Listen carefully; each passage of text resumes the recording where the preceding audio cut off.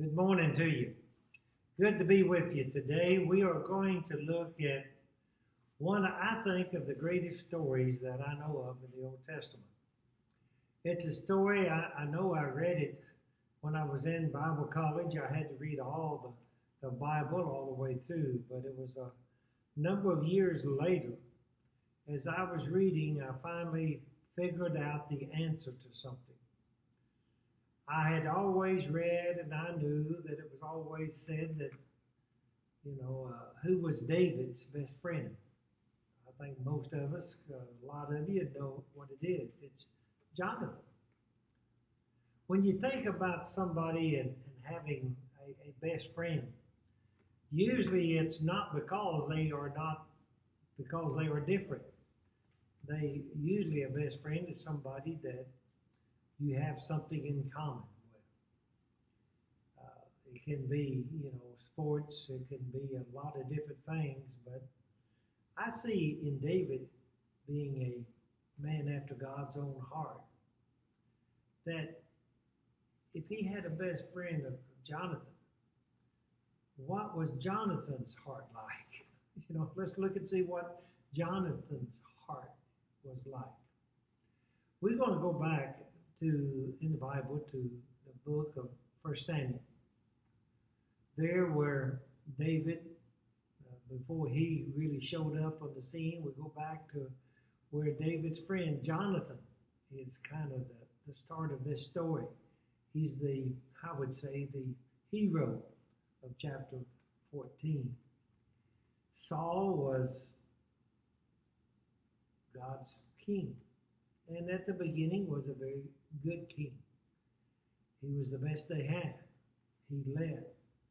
He fought against the enemies. And one of the greatest enemies they had was the Philistines. The Philistines was the mighty nation of the day. They was the mighty nation, and Israel was really just a group without a leader before Saul. They was basically under submission most of the time. And in the last few hundred years or so, it had been the Philistines. And they was at war with the Philistines. And they was in kind of bad shape. Matter of fact, to give you a little example, when we go into 14, the Philistines' army was against them. The garrison was there. And Saul was the leader.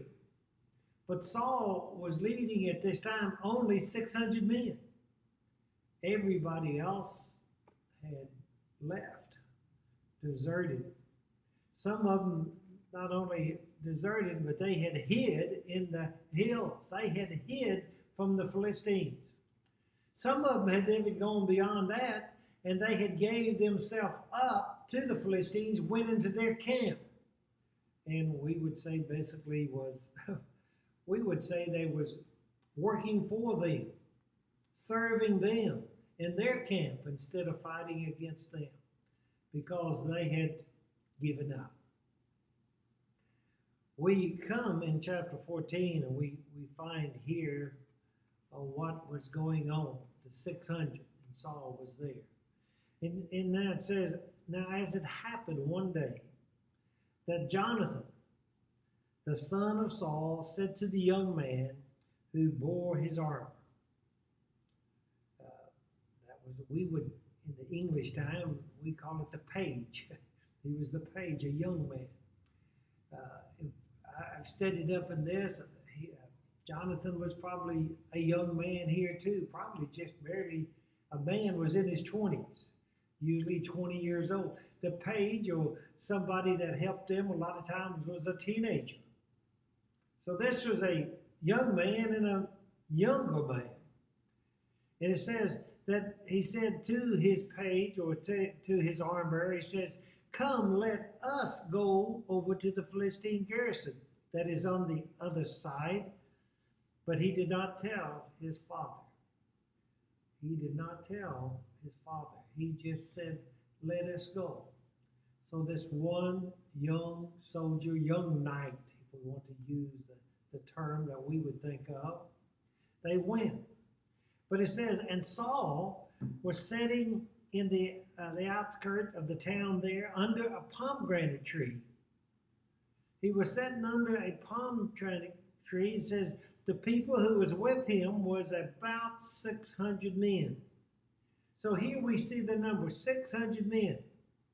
We think of that. That's not a big army. Not when you think the armies we're going to see later, 1,000, 5,000, 6,000. This was just one regiment, basically, all that was there. And it says, what happened? What happened, it says here, it says that they went up, but notice in the end of verse 3, it says, but the people did not know that Jonathan had gone. Well, why would they? He was just a young man and two young men.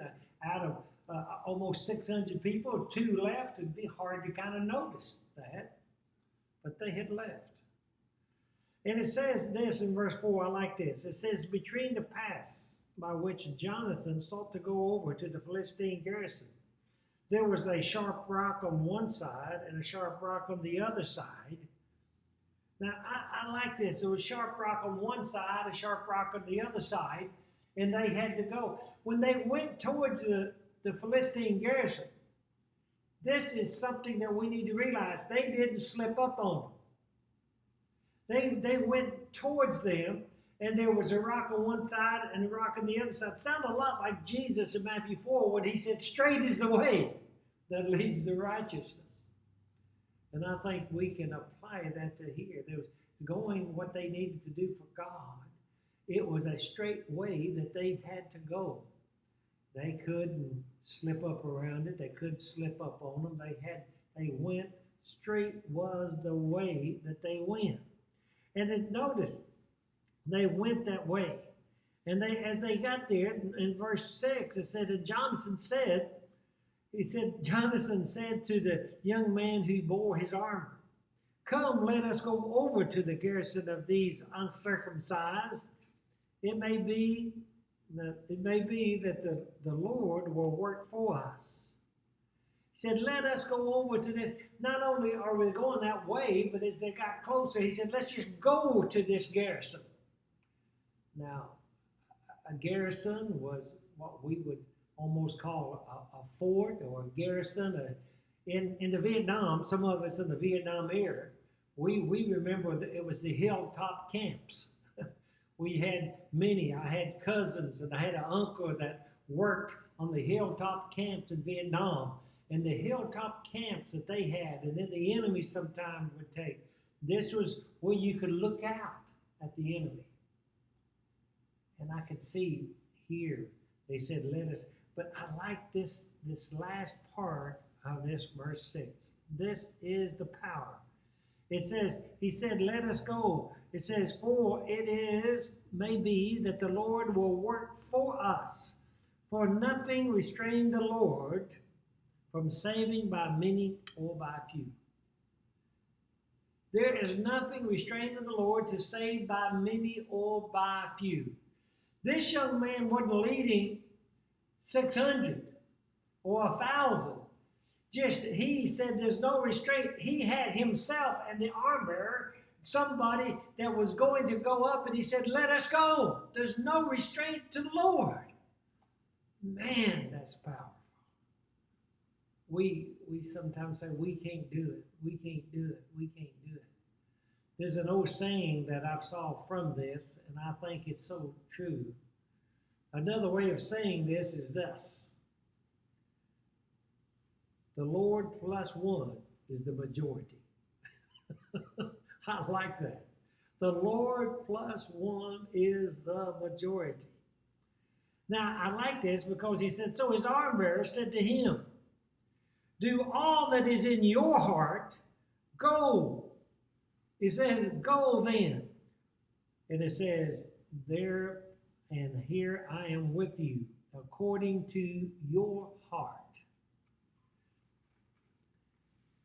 I rejoice and sad at a friend of mine who passed away just in the last month, Mason Thompson, one of my favorite song leaders of any congregation. I can still hear and think about him. Mason was a deacon, a young deacon when I obeyed the gospel back in when was it? 1970. And I wanted to do more. I started helping in one of the junior high classes, teaching and all this.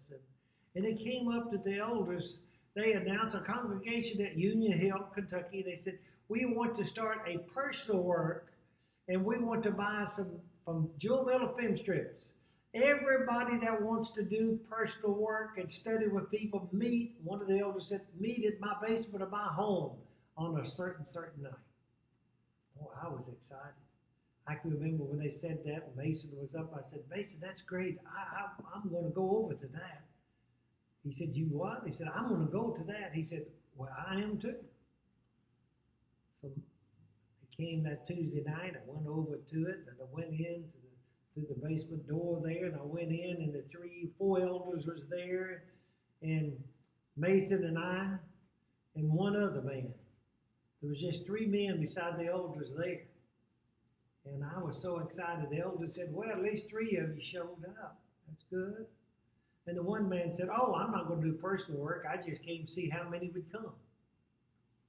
He was kind of, well, Mason and I, they got us the film strips. We started showing them.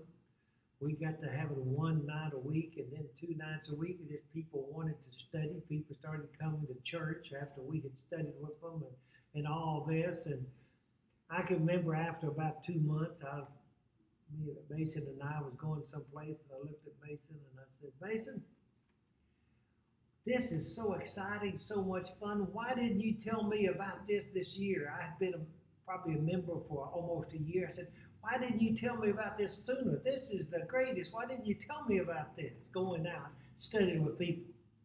Mason looked at me and he said, Carter, I've never done this before in my life.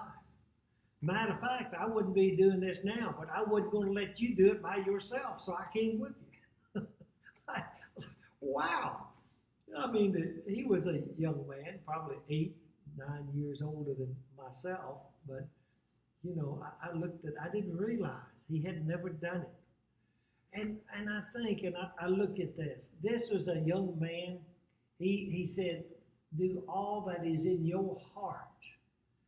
He loved God, but he did not have it in his heart. Basically, that's a way of saying, I believe, brethren, he was saying basically, I don't see how we can, but if you think we can, I'm going to follow you. And I think there's a lot of people like that, that's willing to follow somebody's faith.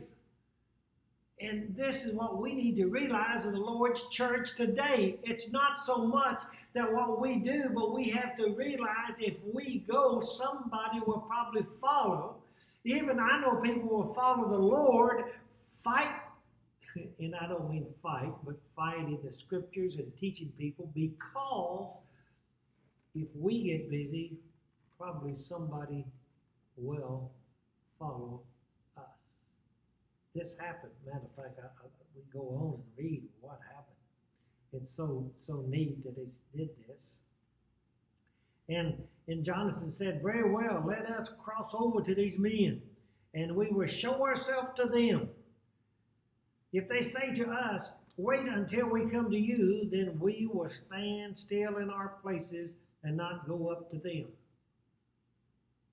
But if they say, come up to us, then we will go up. For the Lord hath delivered them into our hands, and this will be a sign to us. Do what? A garrison. Now, a garrison there was, like I said, it was on a hill. I can show you in a moment why I know it was on a hill, a steep hill.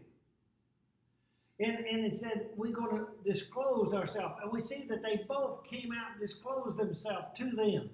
And he said, now, if they tell us to wait, we're going to come down to you, we're just going to stand still. But if they say, come up, then we are going to go up. The Lord have delivered them to them. It says in verse 12, so both of them showed themselves to the garrison of the Philistines. And the Philistines said, look, at the Hebrews are coming out of the holes where they had hidden. Then the men of the garrison called to Jonathan and his arm bearer and said, "Come to us, and we will show you something." And Jonathan said to the arm bearer, "Come up after me, for the Lord hath delivered him to the hand of the Philistines." Did you know what this garrison did was an empty threat? They didn't think. They looked out and saw one young knight with his page, and they said, well, they wasn't going to waste their time going down the hill. They said, "Come up here and we show you a thing or two." Now, did they think the people would come? No. Be like my cousin and I in Morris, Oklahoma, when Beggs, Oklahoma used to come by and play football. We'd be down at the corner at the stop sign when they left town.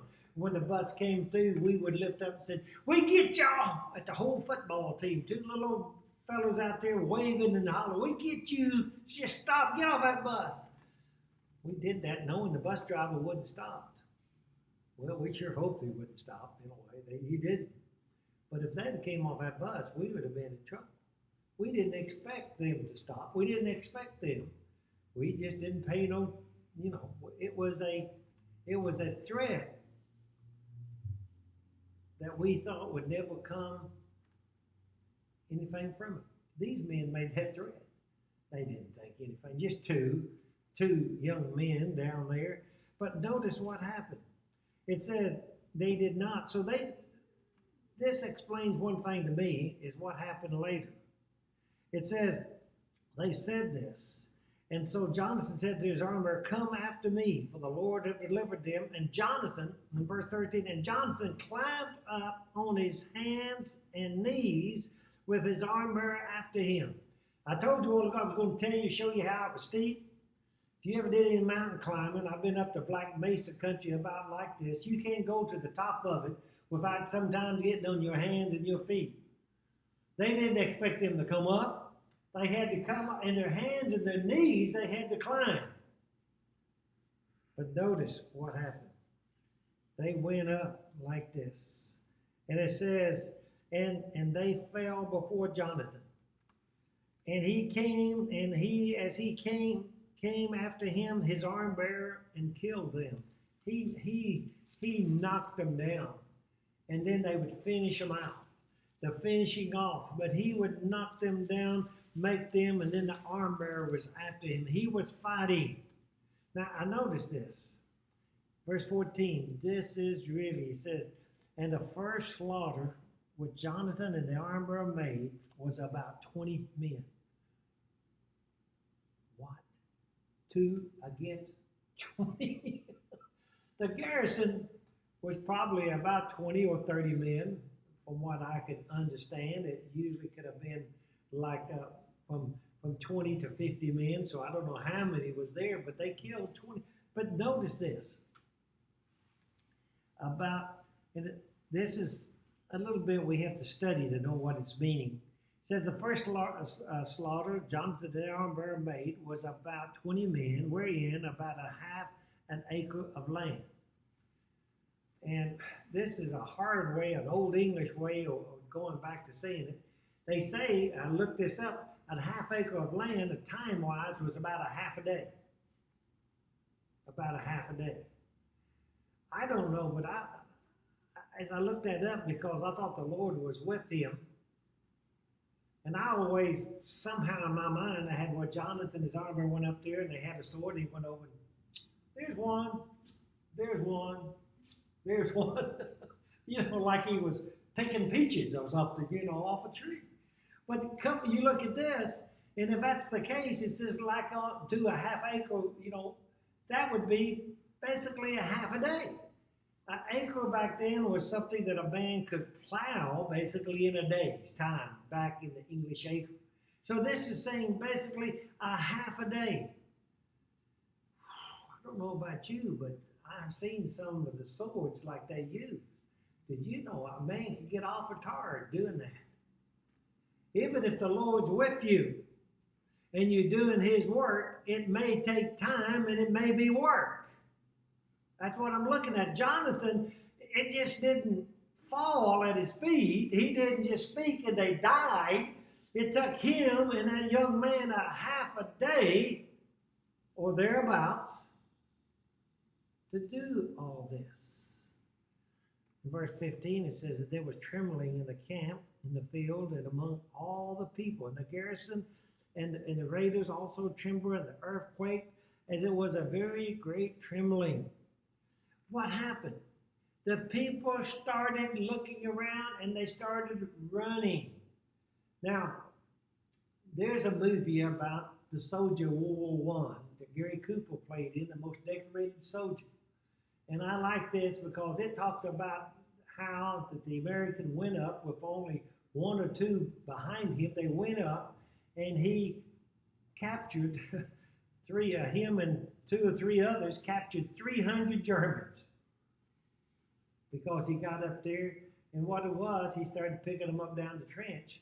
And then all of a sudden, one German looked, and there was 10 or 12 of them dead people all the way he could see. And he held his hand up. The one next to him held his hands up. Pretty soon, they ended up having 300 prisoners. Just a handful of men. Why? Because fear hit the people. All of a sudden, they look around at 20 dead people, and they don't see a garrison, they don't see an army. What's going on? And we can see they feared, they trembled, and they went their way. And what happened? Saul wanted to know what was going on. So finally, he numbered the people, said, "Who's gone?" And they said, "Oh, only Jonathan and his arm bearer." And it says in verse 20, it says, "Then Saul and all the people who was with him assembled, and they went to the battle. And indeed, every man's sword was against his neighbor. And there was a very great confusion." Here it was, what happened? Jonathan said, "Let us go." The young man said, "I will I'm with you, go ahead." They fought half a day. Then all of a sudden, the 600 saw what was going, and 600 came and joined them. Man, what could 600 do? If two could kill 20, how many could 600 kill? Do the math. But it doesn't stop there. It doesn't stop there. It says, verse 21, "Moreover, the Hebrews who was with the Philistines before this time, who went up with them into their camp." It says what happened? They also joined the Israelites. They also joined the Israelites with Saul. So those that had basically already surrendered, they too fought. And brethren, I tell you something, there's a lot of people in the Lord's church that have surrendered today. And somebody said, "We need them back." Well, we need to show them that we are working and they may come back. They won't come to an army sitting under a shade tree, or an army sitting in an air-conditioned church building and being happy sitting. The only thing that I ever knew of that did any profit by sitting was a hen. And people, you weren't a hen. The Lord didn't get us. We need to get out and work. But you know, it doesn't even stop there. The story. Verse 22. "Likewise, all the Israelites who had hid themselves in the mountains of Ephraim, when they heard that the Philistines had fled, they also followed hard after them in the battle." Then verse 23. "So the Lord saved Israel that day." So who? The Lord saved Israel that day. He did. Who did he use? Who did he use? We can say, well, he used Jonathan, but we can't stop there. He used Jonathan. He used that young man with him. Then he used the 600. Then he used those that had already given up. Then he used those that had hid themselves. But the Lord saved them. Why? Because one young man said this: "There's no restraint to the Lord to save by many or by few." Brethren, friends, we need to get to the battle. You need to decide to follow, become a Jonathan. or if you know a Jonathan, become an armor. Congregations, you need to follow and go after new God's will. And then we can even have those that are in the enemy camp to become and come back to the camp of God. The one thought again. There's no restraint to the Lord to save by you or by me. God be with you till we meet.